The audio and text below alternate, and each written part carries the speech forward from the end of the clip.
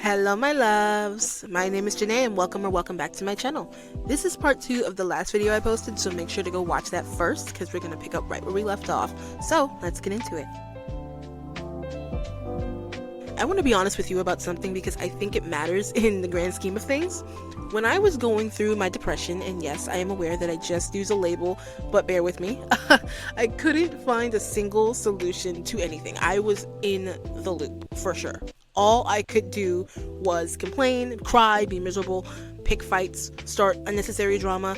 I felt like absolute garbage, so I was unconsciously creating more reasons for my life to look and feel like garbage. That's how it works. Your inner world bleeds out into everything around you. I know how hard it is to get out of that. I'm not standing here pretending it's simple, but I also know that it starts with a choice. One choice, and mine came during a breakdown, actually. Full on crying.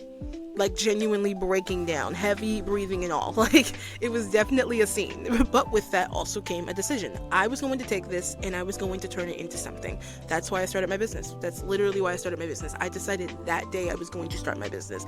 Not because I had everything figured out or because I was healed, whole, and ready to go, but because I chose to stop being a victim in my own story and use the pain as material instead of a prison. And now I get to talk to people every day who tell me that I've inspired them, who say my content has changed something in how they see themselves, people who I've never met who found something in what I made and needed it. All of that from one choice, one day, one decision to stop wallowing in my own sorrow.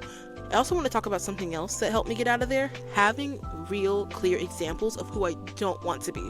Because sometimes the map to your best self is drawn by watching someone else take the wrong road. I have people in my life who are textbook examples of what I refuse to become. People who glorify being broke and use it to get sympathy and manipulate the people around them. People who surround themselves with toxic energy because at least it means they're not alone. At least I have friends. People who smile to your face and make sly digs from the side and then gaslight you into thinking you're crazy for noticing or clocking it. I've experienced all those things and more firsthand, and I could have used them as an excuse. I could have become bitter or jealous or used my circumstances to justify being a shitty person to people who didn't deserve it. A lot of people do that too. They take their unhealed wounds and throw them to anyone within range. And I chose not to. And I'm not saying that to pat myself on the back, although I probably should at least once in my life. I'm saying it because that choice is available to you as well. And I hope that if you're in a similar situation right now, this video can help you make that choice.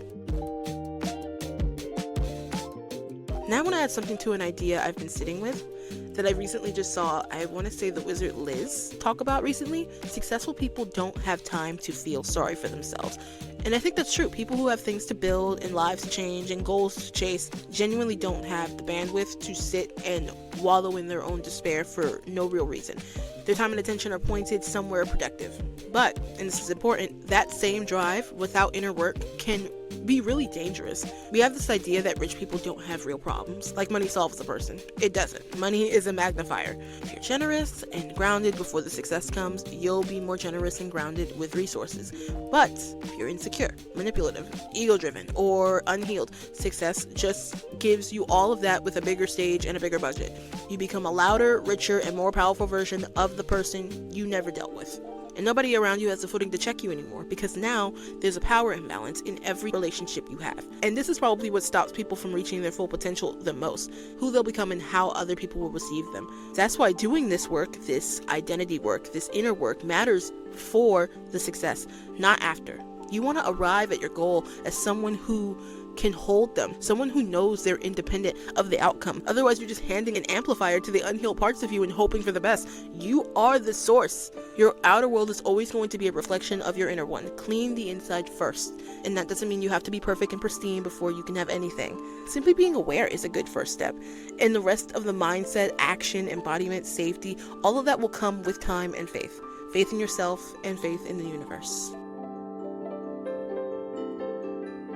I want to pause here and say something because I don't want anybody to misinterpret what I'm saying today. You are allowed to feel your feelings. Full stop. Being angry is okay. Being sad is okay. Grieving is okay. Going through it, whatever it may be, is completely valid and human and necessary. What I'm saying is, don't make it your whole personality. Don't let a season become your whole identity. Don't let a feeling become the only thing that you are and ever will be. There is a huge difference between someone who is going through something hard and someone who has decided that going through something hard is who they are. The first person is human and the second person has built a home in their own pain and started decorating. And I say this with love, it's not fun there. It might feel safe because it's familiar, but being bitter is exhausting. Sadness is exhausting. Being angry all the time is exhausting. You are using so much energy to maintain a version of you that isn't even serving you. You are more than allowed to want more for yourself than that. One of the biggest things that shifted for me, and I mean genuinely changed my life, was gratitude. And I mean a real deep, almost irritational thankfulness for the smallest things. Ask 13-year-old me what I was grateful for. I would have barely been able to name anything. My problems felt enormous. They felt like the whole world. Everything was a crisis. Everything was unfair, and I genuinely could not zoom out far enough to see anything beyond what was wrong. Most of that was probably a result of trauma, but like I said before, you can't make your trauma, past experiences, minor inconveniences, whatever it may be, your entire identity. Because 21-year-old me, I am genuinely giddy seeing the sun shining. I'm happy having clean water to drink. Having my own bedroom, which sounds so small, but I have siblings, twin sisters actually, who have been sharing a room their entire life. Not everyone has that.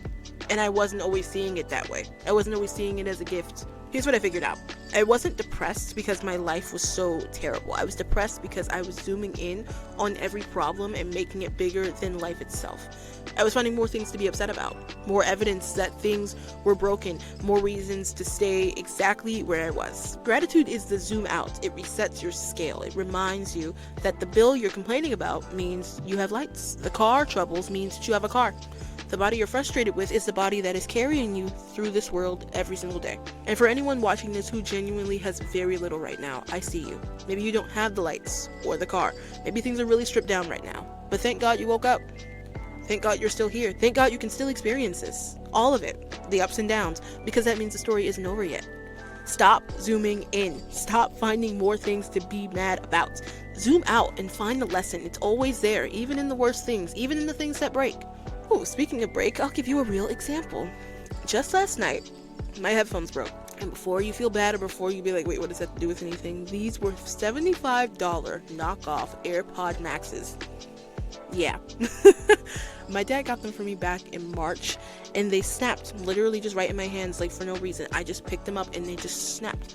Barely a month old, just snapped. Because the real ones are $500 and have warranties and quality control and everything that comes with investing in the actual thing. And I could have been upset. I could have gone to bed annoyed and woke up still thinking about it. But instead I thought, maybe I'm not supposed to have the cheap version. Maybe I'm meant to get the real ones for myself one day. Maybe this happened so I'd stop waiting for someone else to provide for me something I can provide for myself. Maybe it happened so I'd have something to talk about and use as a lesson today in today's video. See how full circle that is?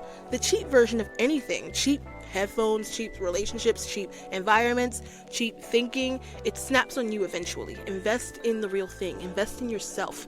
Because when you do, there's protection built in. So let me bring this all the way back to where we started. You are not your trauma. You are not the worst thing that happened to you. And you are not the story you've been telling yourself. You are not the people who failed you. You are so much more powerful than you are currently giving yourself credit for.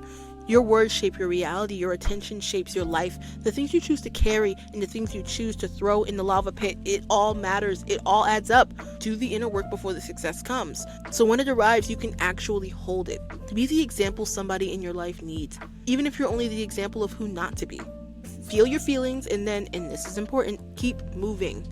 Not every starting line is fair. Not everyone has a pit crew. I know that. But I am asking you, begging you even, don't let the unfairness of where you started be the excuse that keeps you from where you could go. Stop being a victim in a story that wasn't even yours to claim in the first place. You can do this, and I promise you, it'll work. Okay, that is all I have for you guys today. I hope you enjoyed the video, and if you did, please be sure to like, comment below, and subscribe to the channel for more videos just like this one. I love you all so much, and I will see you guys in the next video. Bye!